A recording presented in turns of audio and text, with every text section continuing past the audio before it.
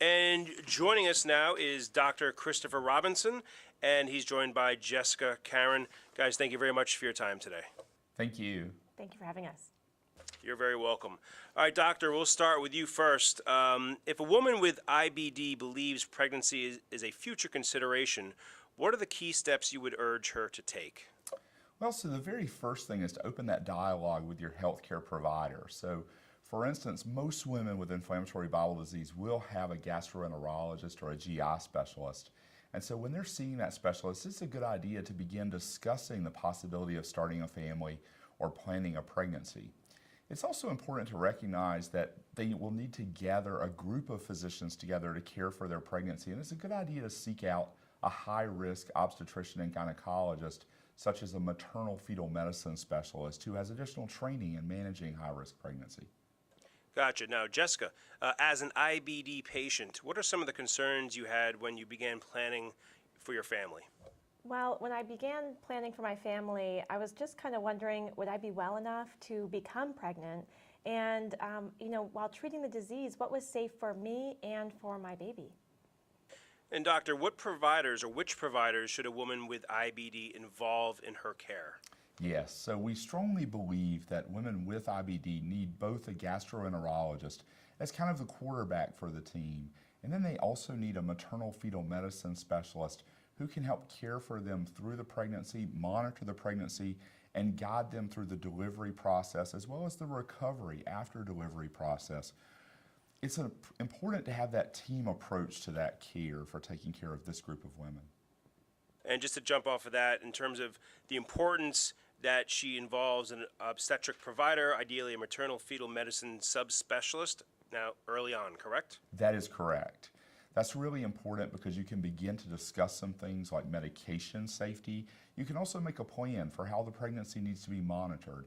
The other things that we really focus on is getting that woman into remission such that she starts her pregnancy in remission and hopefully stays in remission during the course of her pregnancy, which provides a lot of safety to the developing baby.